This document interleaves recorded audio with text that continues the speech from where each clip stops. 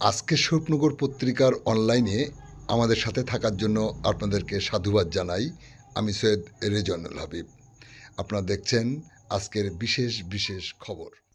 বাংলাদেশে পাচার করার আগেই 15 কেজি 950 গ্রাম গাঁজাসহ একটি মোটর বাইক উদ্ধার করল তারালী বিওপির বিএসএফের জওয়ানরা, তুলে দিল স্বরূপনগর থানায় পুলিশের হাতে। 19 নভেম্বর রাতের অন্ধকারে মোটরবাইক সহযোগে বাংলাদেশে গাঁজা পাচার করার আগেই পাচারকারীরা বিএসএফ সন্ধান বুঝতে পেরে বাইক ফেলে রেখে পালিয়ে যায়। কর্তব্যরত বিএসএফের জওয়ানরা বাইকটি উদ্ধার করে। ওই বাইক তল্লাশি করে বাইকের ভিতর থেকে 15 কেজি 950 গ্রাম গাঁজা উদ্ধার করে বিএসএফ।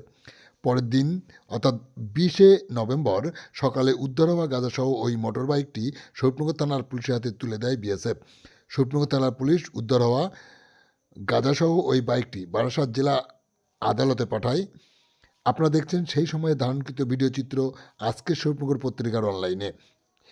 কে বা কারা এই পাচার চক্রের সাথে যুক্ত, তাদের সন্ধানে তদন্ত শুরু করেছে বিএসএফ।